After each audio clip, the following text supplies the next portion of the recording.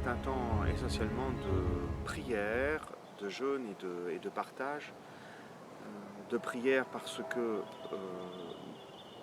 nous partons en quelque sorte pendant 40 jours en pèlerinage en suivant les pas de Jésus qui monte vers le calvaire et qui va souffrir pour le salut des hommes. Donc surtout cette prière, moi en tant que prêtre, je vous propose de prier essentiellement pour ceux qui, comme Jésus, souffrent et connaissent des sacrifices et un calvaire sur cette terre.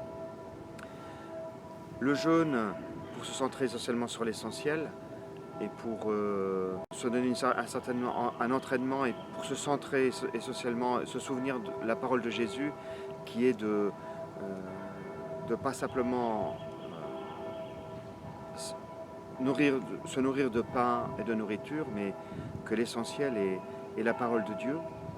Donc je vous propose pendant ce carême de lire davantage les évangiles et notamment ce récit de la Passion qui va nous unir davantage aux souffrances de Jésus et aux souffrances du peuple, des personnes qui dans le monde entier, eux aussi, connaissent, vivent une certaine passion.